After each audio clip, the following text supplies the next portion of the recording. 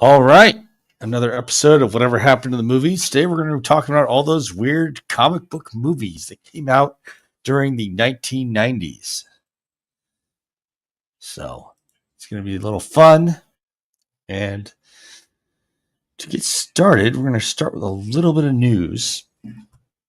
I've got a guest here. My guest is here, but he is just not off mute yet. Oh, no, I'm here. Sorry. All right.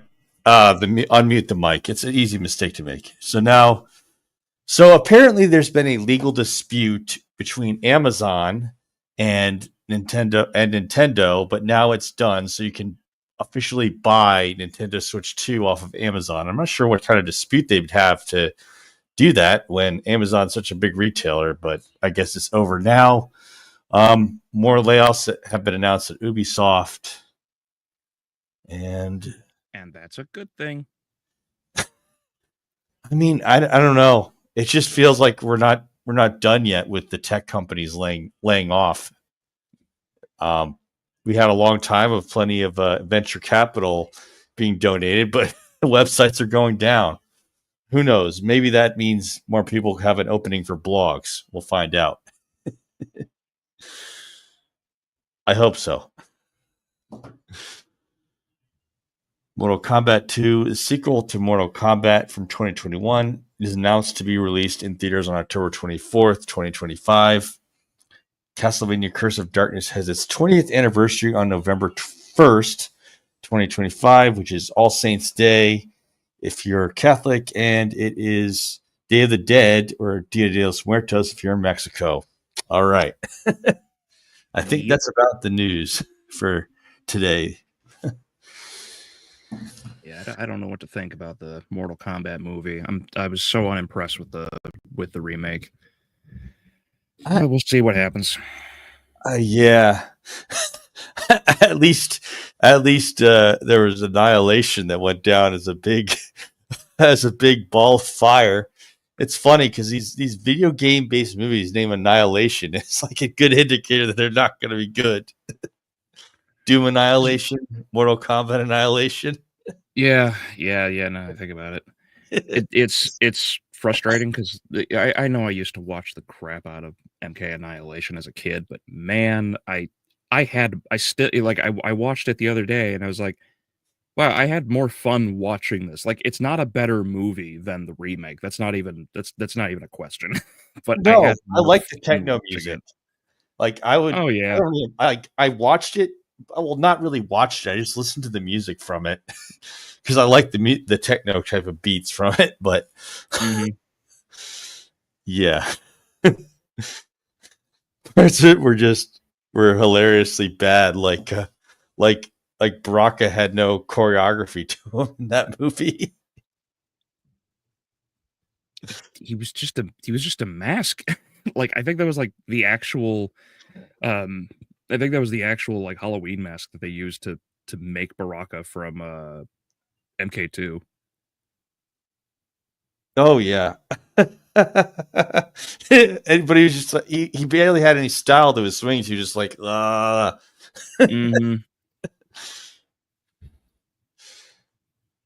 Unlike the other one, which can twirl and kick and so on. But there are apparently more thought for the 1990s, but I found out I was biting off more than I can chew because there's at least a dozen of them, so I only made it up through about 1996. But that's what we're going to be talking about today. And I didn't do Batman because Batman Returns is much more well known or notorious, depending on your perspective. So yeah. Honestly, I'm kind of surprised Forever is even going to be discussed because we know how that went. Oh yeah. There was a downturn with Batman, but Blade. So first one is going to be Dick Tracy, and I'm going to actually look up like stills, but I could try and zoom in, but this is the case of a comic book movie that tries to go fully retro based on the producer and director's choice, which the director is the same lead actor in the movie. So it's Warren Beatty for director and the star. It happens sometimes. But they decided to make it just recreate every little aesthetic that the comic strip and comic books from IDW published later had. So they go with you know how old comics had a limited palette of colors? Yeah. They did that in this movie. Oh, okay. Yeah, So, because I've never seen Dick Tracy. I know of him. I've never seen anything about him. Oh, I finally watched the movie, and it's an okay detective movie. There's two. I mean, there's two. Well, one part isn't really a mystery because that Caprice, played by Al Capone, is the main bad guy, but you just don't know who the person in the black outfit with the mask is. Oh, okay.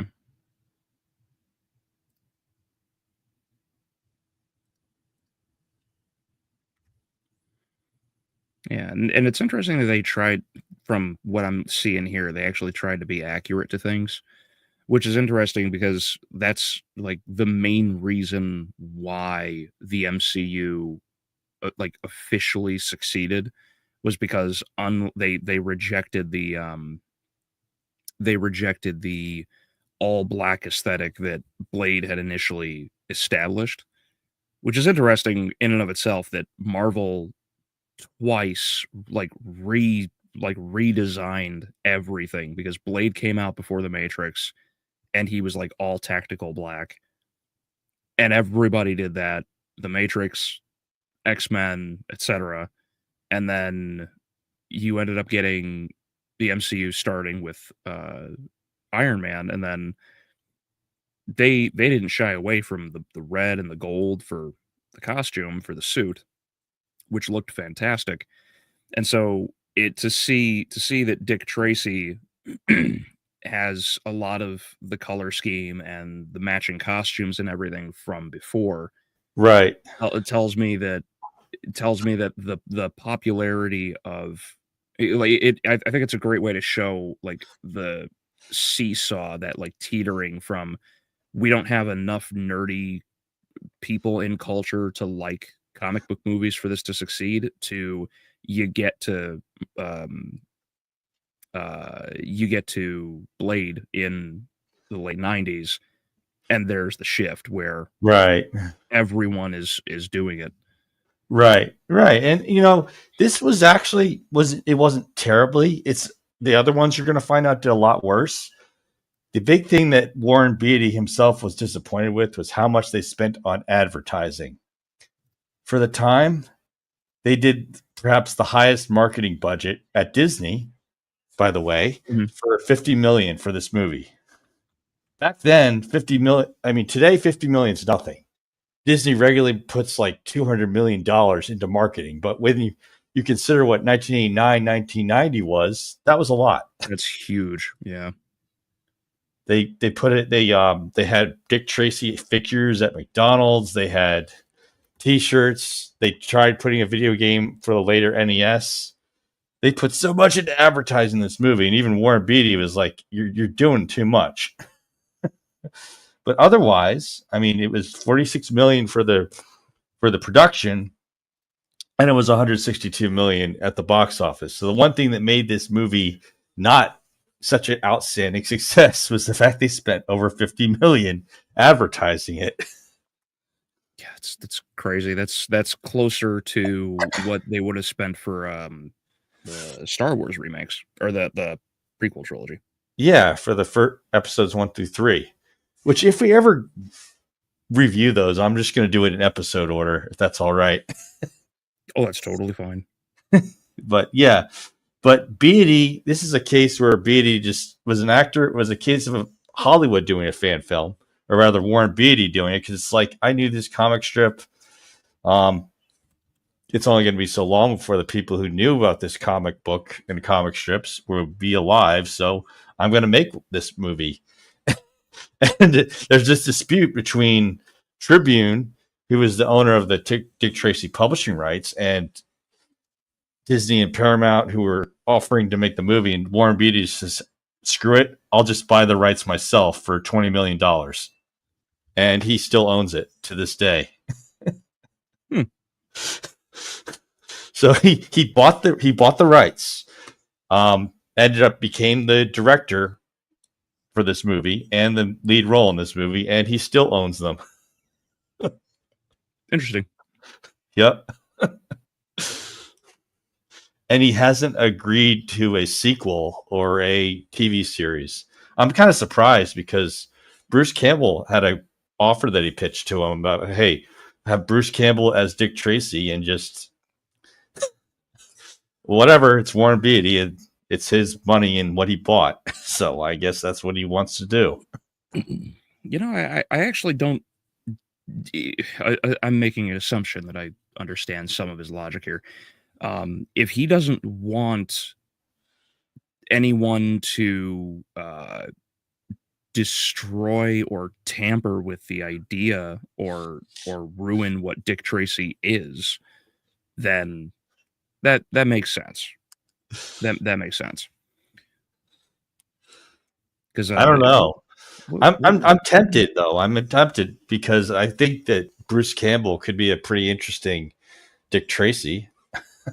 Oh, I agree.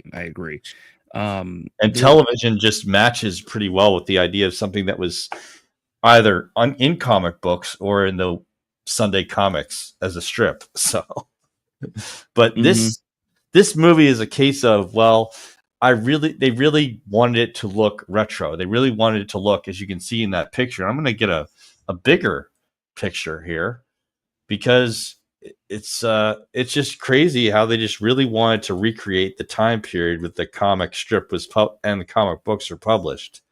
Like they didn't want to make it set in the 1990s. They wanted to make it set way back, look like it's the 30s. Yeah, if they did bring it back, there's definitely an aesthetic that would be brought with it, because I wonder how newer generations would react to like men in you know, like trench coats and suits like this, you know, especially with the love for cloaks and everything else. Oh yeah, and I think one of the funniest parts is actually Al Pacino is the main villain because he hams it up to 11 the whole time that he's on screen.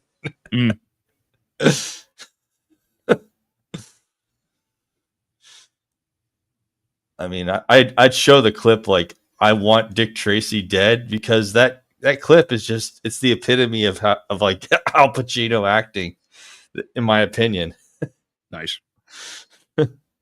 But I just, you know, I do enjoy this film for how they try to recreate the old times rather than try to make it reset. And it's one of the most or do it in the current era. Yeah. I mean, I think a guy in a yellow hat and trench coat would look a little weird right now. Yeah, because they definitely try to like dull it out and make it more of a gray yellow. Yeah. All right. So I don't want to get too lost on Dick Tracy. Oh, don't. Hey, Chaos. We'll get into the shadow later. Yeah, I loved watching that with you. Yeah, and Braymore, we'll get to The Mask if we ever do another episode because that's also a comic book movie. Also, hello guys, how are you? So this is Darkman, and the funny part about Darkman is that the director Sam Raimi did the comics for it. So it's him directing a movie for his own comic book. You can't get any more how do you put it? Any more consolidated creatively than that. Yeah, and this came out not so it was inspired by Shadow, but didn't Raimi like lose out on the rights to the Shadow, and so he was like, screw it, I'm gonna make my own version. Yeah, so Raimi made his own comic book, Darkman, with some inspiration from the Shadow, and this is based on Sam Raimi's own comic book. Nice. So, you know, it's a man directing a movie based on his own comic. So yeah, and a lot of his Raimiisms really came through in this one. So Like there's this goofy there's a thing that always makes me chuckle like when I've seen the movie. There's a point after he's fallen into the vat and his skin's all screwed up. I don't know if you remember the shot, but he's monologuing to himself about what he's gonna do, and then he does this very skeletal sort of laugh, just like yeah, he I never thought exaggerates of it. it. I never thought of hearing Liam Neeson laugh like that. It was so Yeah, crazy. yeah, but he exaggerates it so that the mask goes like he's moving his jaw down with it, so he laughs like a skeleton, so the mask just stretches with it. And it's just Yeah. so funny. Yeah, the camera angle makes it all the more better to see that part. So, and yeah, Braymore, it's loosely because it takes parts of various different parts of the Dark Horse comic series, The Mask. Like, it wasn't always Stanley Ipkiss. Like, Stanley was only the Mask for a brief time. Then other people wore the mask. So, yeah, I'll get to the mask, but the priority is we'll talk about Legend of Zelda, followed by Unbreakable, because Unbreakable is turning 25 years old. So that should be pretty fun, too. We're old. Not old enough. So Teenage Mutant Ninja Turtles. I almost forgot about this until I realized, yes, that's a comic book movie, too. Yeah, I tend to forget, even as big a TMNT fan as I am, I tend to forget this originates from a comic, because this was the first time I had seen anything Ninja Turtles. Yeah. And I was like, what do you mean there's a comic strip? Yeah, no, this is the original comic books were like black and white comic books in 1984 by Eastman and Laird, Mirage Comics.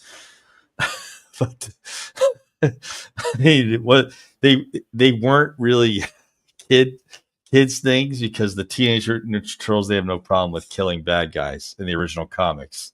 You know, they're basically actual ninjas.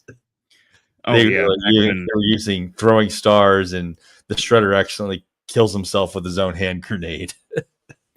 yeah, because back then, because that shows such a different mentality. This is why someone like Razor Fist is like, yeah, the Shadow is infinitely better than Batman. Because back then in that era, nobody screwed around. If you were just straight up evil and you were doing the things that you did, you died. Right. And superheroes were like, yeah, these guys are great. Even the Ninja Turtles were just lopping off limbs left and right. Even in the earliest Superman, there's a guy, so he forces the guy to inhale his own poison gas. Like, he was intended to use this gas on Metropolis, so Superman basically kills this guy. He forced him to breathe it in. But no, this had a lot of interesting parts about it. It was actually filmed, like, they used backdrops for New York City, but this was actually filmed in Wilmington, North Carolina. Wow, really? They did like the park scene with Casey Jones, that was North Carolina right there. Wow. And the farm scene was North Carolina as well. I'm surprised they did it as well as they did, because you would never have made me think otherwise. Without researching, obviously, I never would have considered this not to be New York. Oh yeah, I mean, well, they did some tricks, like they only kept the angle of the camera at the street for a lot of it. Mm-hmm. So you would have a hard time telling where it was, but they took footage showing New York City as a backdrop. So they did not have a distributor at the time they released it in theaters. They did for home video, so at the time it became the highest grossing independent film when it was released in theaters.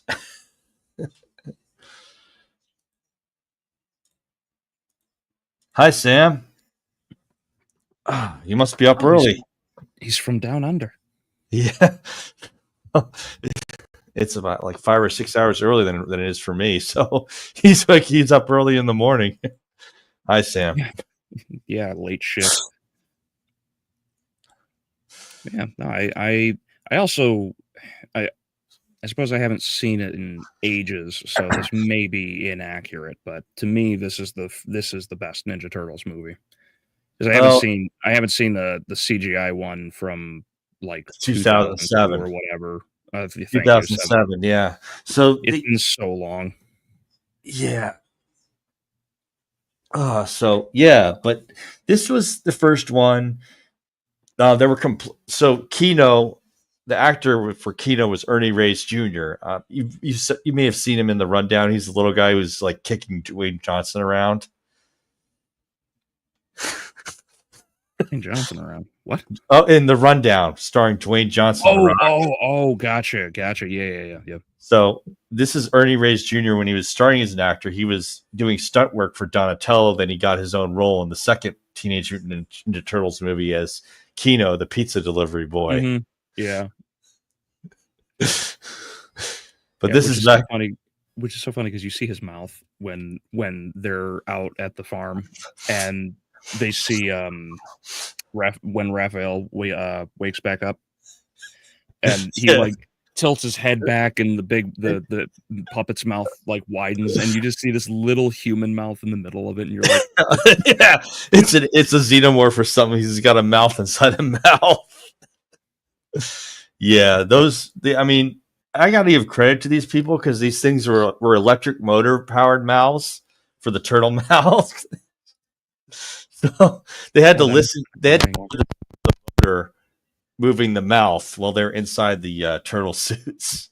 That must have taken a while to get used to because you just have the humming and the mechanisms and everything. Just yeah. I do think that James Sato, who is the Shredder in this one, was the best, live action Shredder. From his time. It's such a good Shredder too. Like when he shows up in the middle of that, I don't even know how you would describe it. That massive, youth gang camp thing at the abandoned warehouse on Laird Street. Yeah, when he shows up and he's in his costume, the music's low, deep, and then they one at a time reveal his spalders, and you're just like, oh, like this is serious. Like he's imposing, right? and then at the end they don't, even for as limited as it is, and I love that it's a live action fight, but the turtles fighting the Shredder one at a time still gets me kind of hype. Yeah. Also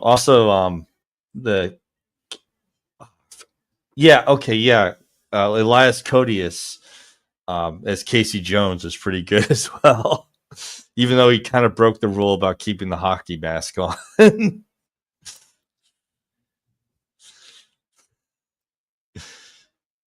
But no, he was good, Casey Jones too.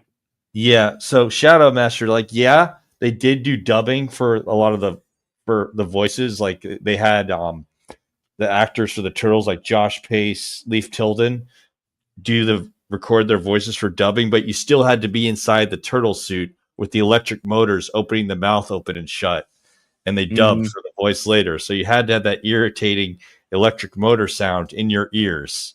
Like think a Tesla car, only it's louder because you're inside the suit next to that electric motor with no mufflers. That must have been frustrating at times, especially how big and dark these suits are under. Because where did they film that farmhouse? Was that also in North Carolina? Yeah, that was North Carolina as well. Oh man, that must have been. It was hot inside the suits. Oh yeah. They had some, but it's still a loud electric motor in the suit. I mean, it was the guy for Raphael, Josh Pace, was talking about it. And you can't. He also just mentioned in his interview you couldn't totally muffle the sound out because you had to hear some of the sounds on set to know what was going on. So yikes. But no, Teenage Mutant Ninja Turtles is one of those, and apparently we keep forgetting that it's based that Teenage Mutant Ninja Turtles is a comic thing. Yeah, well, this is also like the spawning of the extreme popularity of everything. Like you had the cartoon, which worked really well, and then the movie came out and crushed it, and then the Turtles dominated for what, like an entire decade? Like the next 5 years, anyways. Like the television series went until about 96, where the viewership was dropping. Obviously, they had other with television going on, but it started up again in around 2003, and that went for like another decade. TMNT. Mm-hmm. Yeah, and this has one of the coolest credit songs.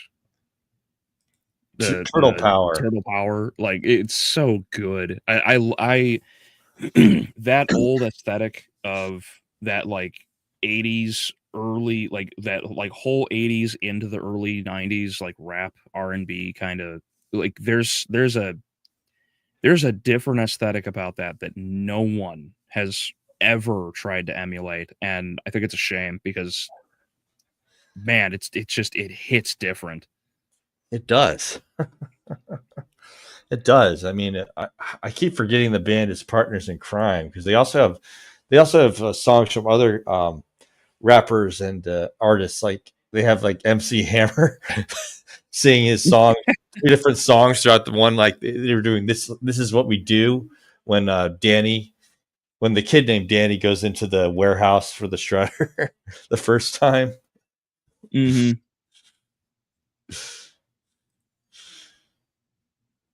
Yeah, so that was pretty cool. But now we're going on to the next one, Captain America. So yes, the first Captain America movie. Get some rest, Sam. Thank you for stopping by. Yeah. See you later, Sam. So yeah, there isn't too much to this. It had a very short run in theaters.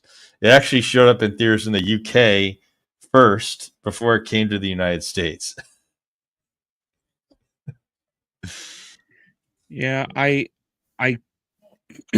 tend to forget in a similar manner to the Ninja Turtles comics. I tend to forget this like Marvel actually tried consistently in the early 90s and just failed every time. Because they had who's the guy? I always forget his name. Corbin, or Jeremy Corbin, is the one who did the Fantastic Four movie. Oh yes, that one didn't quite get released, and that's the only reason why I'm not including in this one, because it didn't make it to theaters. They canceled it, the footage from it, but it just didn't make it.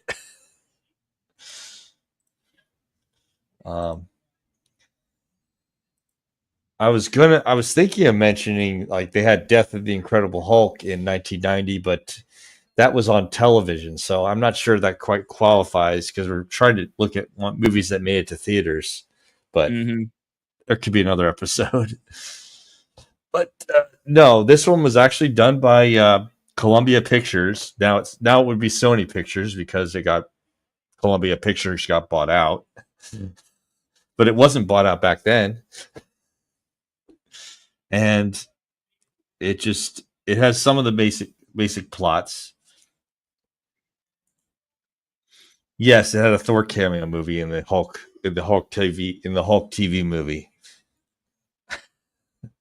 Yeah, so, didn't he have like those really big furry shoulders? Yeah, he was wearing the coat. Yeah, but this one is the one time we actually got to see Red Skull in the present, although he looks worse.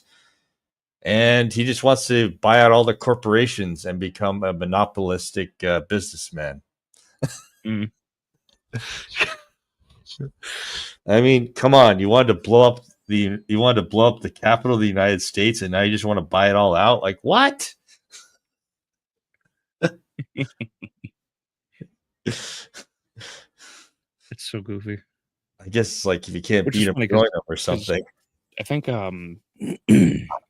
what was it like? Lex Luthor becomes president eventually.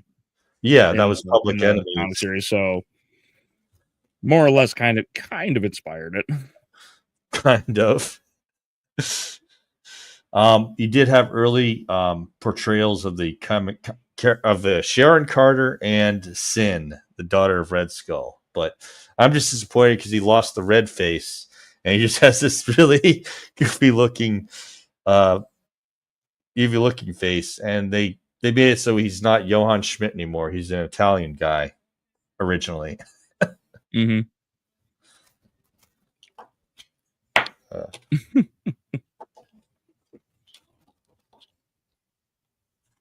Oops. All right. Sorry, losing a little sound here. No, you're little good. sound You're loss. What? All right. And the Rocketeer. I think this is a underrated movie.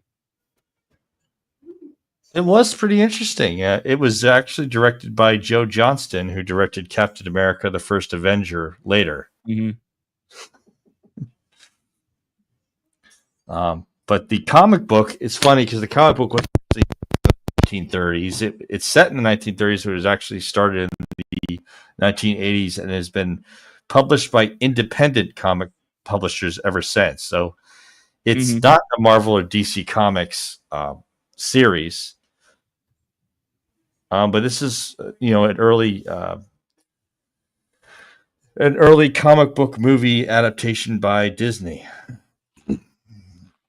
Yeah, this movie feels very much like the first MCU Captain America movie, because you have kind of an underdog hero. Or Iron Man is well, it's probably a bit of a hybrid of both. Low cost Iron Man. I mean, he was doing stunt airplane flights in California. That's how he starts. Yeah. So like he starts off fairly like humble, wants to do better, and it all culminates up on like he goes through the ringer of like learning how to fly. He's not perfect at it. Eventually he gets better.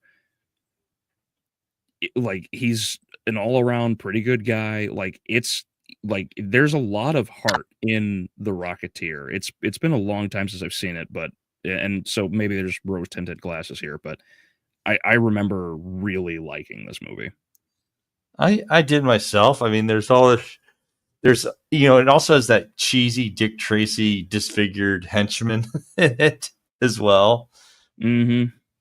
And yeah, Disney actually still has film rights to it, not the comic book. So Disney actually did an early Disney Plus animated series called about the Rocketeer, about Cliff, about his son is the new Rocketeer's little kid. So that was an early Disney Plus animation about how his kid is the Rocketeer now. But so they haven't done a whole lot. They did something. I heard a few years ago there was supposed to be a remake or a reboot of the Rocketeer, and something happened where it got shut down. Yeah, it got canceled. Thank God.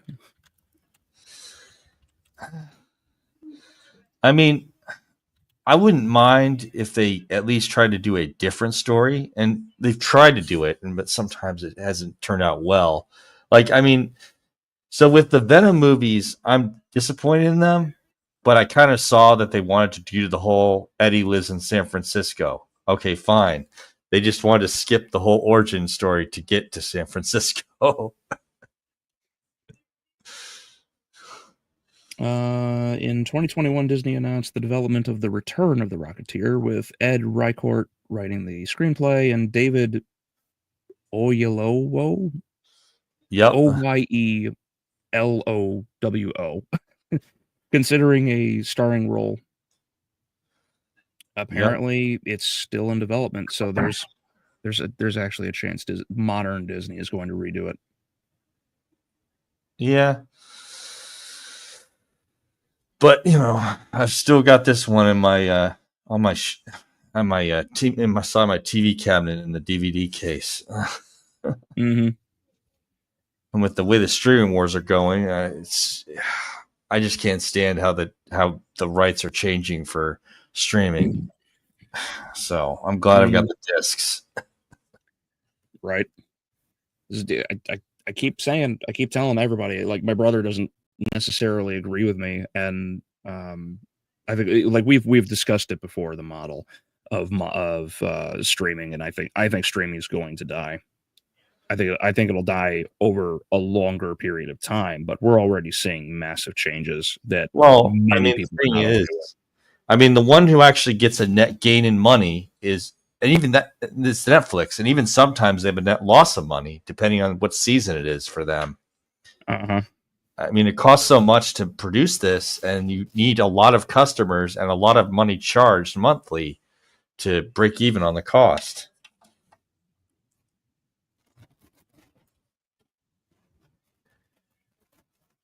Streaming is dying quicker than cable, that's for sure. Yeah, I would agree to that, because, well, see, like, the reason cable also worked as well as, lasted as long as it is, because there was literally nothing else unless you had VHS.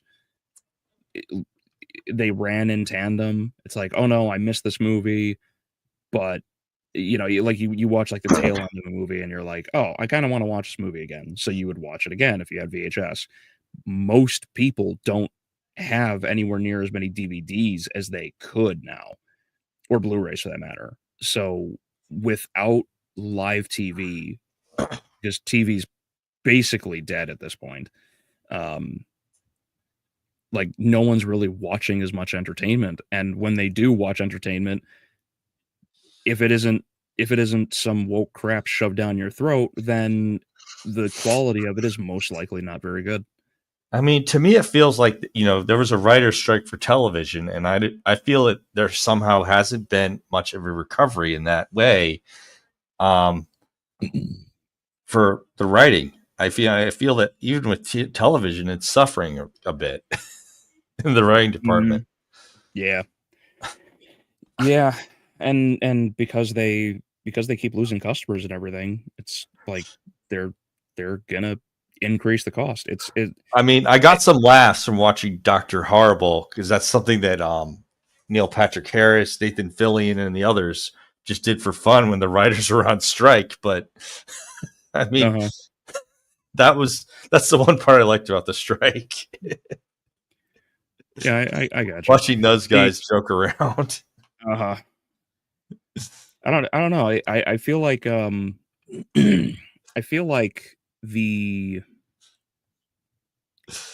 because, well, you mentioned before, and you would know this better than I do.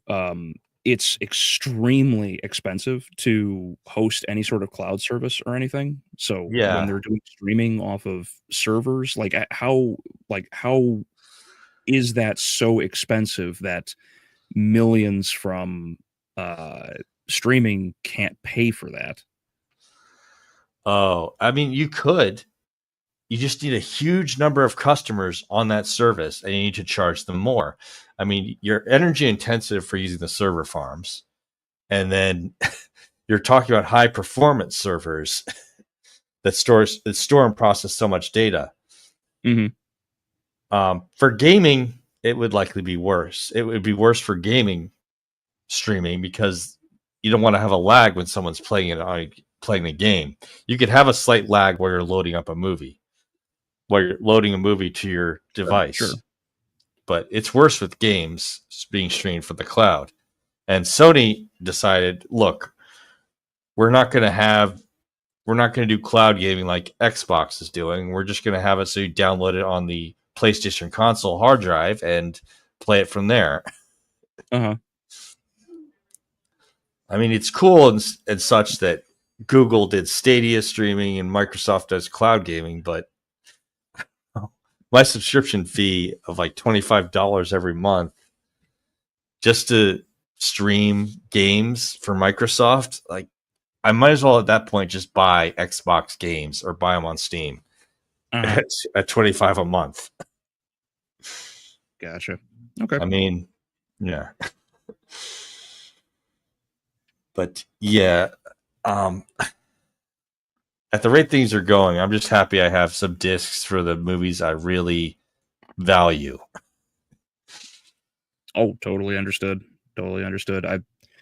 I enjoy picking up a lot of classics and getting physical media at this point. Very few because I want to get very particular things, but man, it's if I ever want to watch them, they're there. All right. So yes, finally we're talking about The Shadow. And The Shadow starring Alec Baldwin. Yeah, how fitting that he's got guns. Okay, yeah, I know. Rust reference.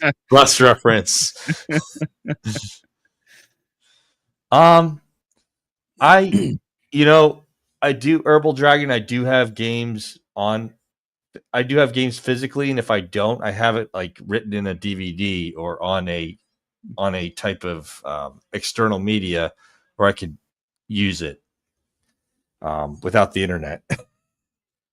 I still play the Nintendo Wii, and that's disc based. Yeah, I've got so many of these classic cartridges up here. Like, I don't know if I can. Like, I even have a few. Like, I don't know if you can. I'm sure you can hear this. Oh yeah, because I still have. Like, this is Mega Man 4 for NES. This is in the original Nintendo. Cartridge. You got the box. That's good. Yeah. So yeah. I've also been getting like the multiple games in one cartridge deal too on Amazon. Mm-hmm. So I have I assembled the Nintendo Game Boy Advance SP, and I got a 101 games. You just put that 101 game cartridge, and you can pick which of those Game Boy Advance or Game Boy Color games you want to play in there. So,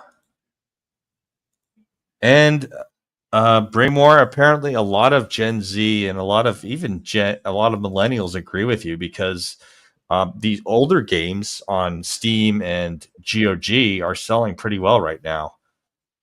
People are playing games from before they were born at this point. Mm-hmm. Yeah, there's more of a complete a sense of completion in those games because when they came out, you couldn't patch anything. So it's like whatever exploits you had in them is what you had. But when you got that game, it's like, this is what we set out to make. We made it, we completed it, we refined it to some degree, and now you get to experience it. No downloading, no updating, none of those memes where it's like, finally I get to play Call of Duty 18 with 99 gigabytes of download, and then you turn it on and it's like you have to update your system, you have to update your graphics driver, you have to do a system update, you have to do an update for the game because somebody hot patched it because somebody's shotgun was an infinite. Yeah, it's funny to see how correct a lot of us were in stating older media and older content is just superior. Yeah. But I don't know. I'm going to get lost for a bit. But The Shadow, yes, it did not do well. It was a production budget around $40 million, $23 million at the box office initially. Mm-hmm.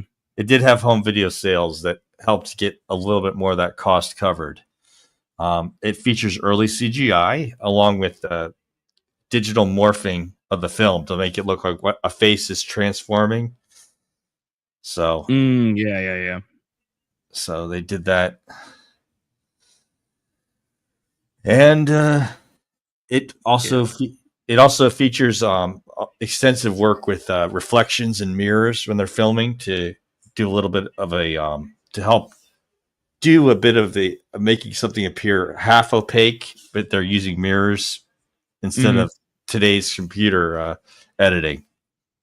This film is infamous because a set from the film was destroyed by the 1994 Los Angeles earthquake. Oh, that's rough. Yeah.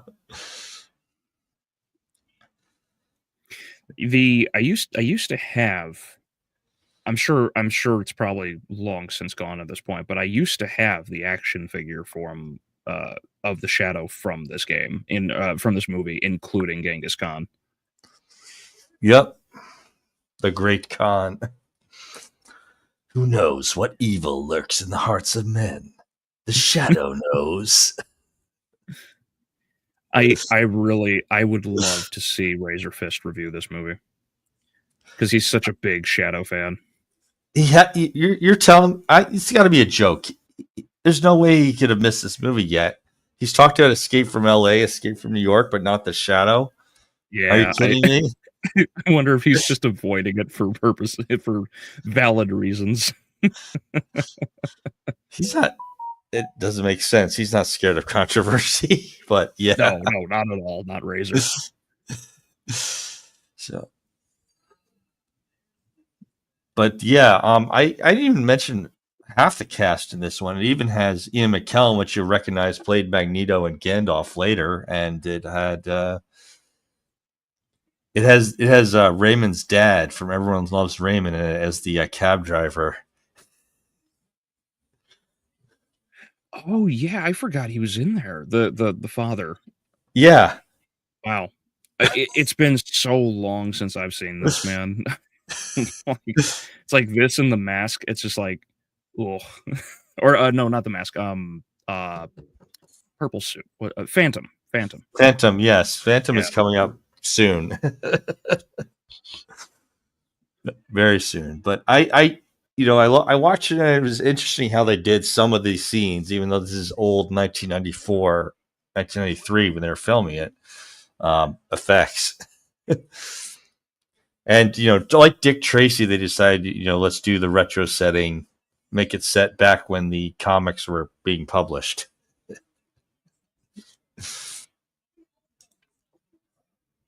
Yeah, and there's still a really big Shadow following. Not just like obviously there are people that do enjoy the movie to some degree.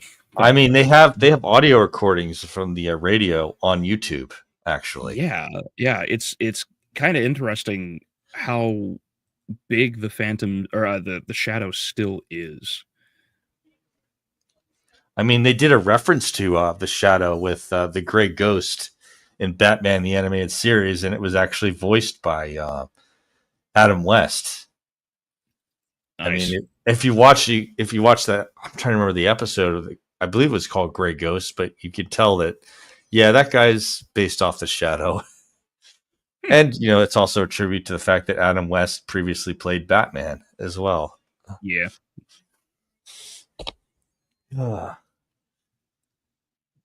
But, oh, yeah, it had Tim Curry in it as well. Tim Curry, too. So many cameos in that movie. Wow.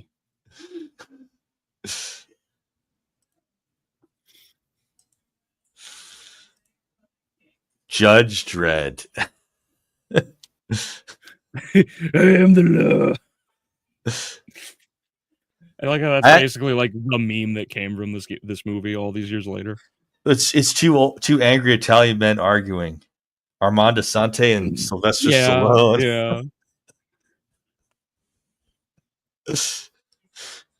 And I like how it's so funny because like I because I did the big review on Lilo and Stitch a couple weeks ago, and it's funny because around that same time I saw a clip of Judge Dredd. I don't know why it was related. I don't really know anything about it, but I happened to see the escape scene, which I had totally forgotten about, where DeSante uses his like DNA to get the warden killed by the automatic turrets, and I was like, that's such a crazy relation. Like Lilo and Stitch's, like the way Stitch escapes is literally ripped straight from Judge Dredd. Yeah, like, wow, that's incredible. Yeah, and I mean, Yeah, and Braymore, you know that my favorite part about this movie is it isn't good, but it does a great job with practical effects and the painted backgrounds, just showing you recreating the comic book backgrounds from 2000 AD. It's crazy. They did a very good job of trying to bring the comics to life, from my understanding. Yeah, there was the Angels. They did a great job on the costume design for the Mean Machine and the Angels. Mm-hmm. They did a very interesting Mega City design. You know, this is back in 94, 95 when they were filming it. Mm-hmm. No, I don't know. I'll say Diane Lane, who you remember is playing Martha Kent, is in it as well as Judge Hershey. Oh, cool. So, yeah. Yeah, that was my favorite rant from Asante in it. That's your birthright. That's your family. I'm your family. Family you ever had. I mean, Asante is great when he does his angry rants in the various movies like Gotti or this one. Mm-hmm. He does it. He keeps his high energy and he keeps his fast paced, angry dialogue going. It's just I'm amazed at how he does it. He just lets it rip. Yeah. Which was such a funny joke, because which list was he on in the Santa Claus? Oh, I don't remember. I don't remember which Asante list he was was in on. Santa Claus. No. Because that's part of the joke, is how he always gets angry and just screams and rants about things. I don't remember if he was on the good list or the naughty list in the Santa Claus, because Tim Allen gets the boxes and boxes of the list for who to give presents to, and he opens it up and it's like Armand Asante, yo, and then he runs off after the guys because they dropped off the list for Christmas. I don't remember which one he's on. I don't remember if he's on like the naughty or the nice list. And the joke is that like he shouldn't be on the. I think it's the good list. And it's like the joke is that he shouldn't be on it. You're right. But you know, just like look it up on YouTube, because Armand Asante has like the craziest angry rants I ever recall watching. And yeah, that's true. They wanted to do a Judge Dredd movie, but they ended up doing RoboCop instead. It would just be too expensive to make the mega city, so they decided let's do Detroit, Michigan, because we have Detroit, Michigan in real life. Yeah, at this point, yes. And I think the other part I like too about this movie is the beginning, where you have James Earl Jones as the narrator, introducing you to the world, and it's just like they were the judges.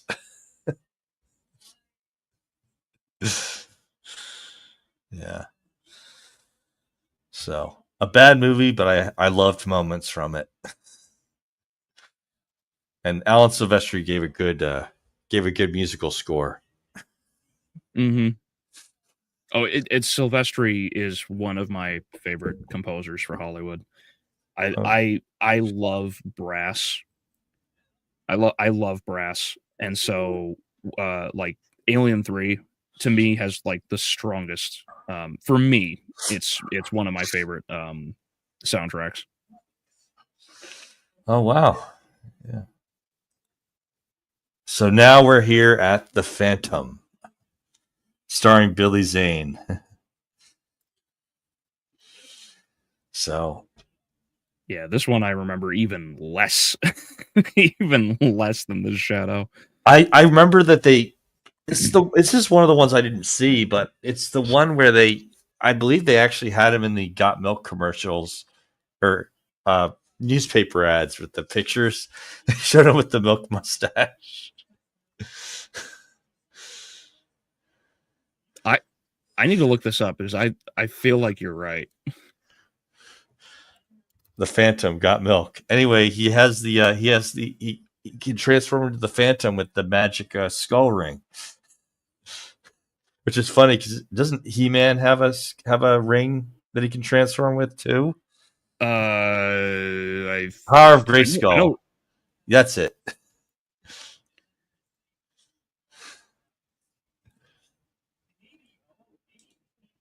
I know.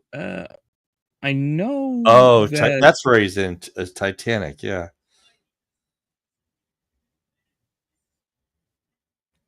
I'm not finding it. There's an awful lot of Got Milk commercials, but no, I'm not seeing it.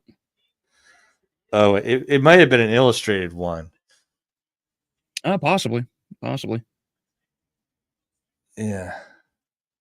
It's also not necessarily guaranteed that YouTube's going to have the like all of the older commercials and everything. Okay, so I'm looking up Billy Zane. Yeah, Billy Zane was also in Tales from the Crypt, Demon Knight. Mm-hmm. He almost looks like the Mummy, like even though it's not the same actor, obviously. Arnold Vosloo's the Mummy. Oh, Brendan Fraser? No, Arnold Vosloo, the Mummy. Oh, Zane is also has his head shaved, but a little different. Yeah. So yeah, this was another one. It was filmed primarily in Australia, and it's a superhero with an inherited title. He transforms into the Phantom using his magical skull ring. Yeah, but it had a little bit higher home video sales, but yeah, it was $23 million. $23 million lost by Paramount. Yeah, I know a lot of people were really trying to do a lot of different things at the time in the 90s. I just can't imagine. Well, I don't know. Maybe I'm just wrong because I know Zorro also did really well. Right. So I don't know. Maybe Mask of Zorro was a little later with Banderas and Zeta Jones. Yeah, which was so well done. That first one's fantastic, but I don't. Don't talk about the sequels. Okay, well, I'll stop that train of thought.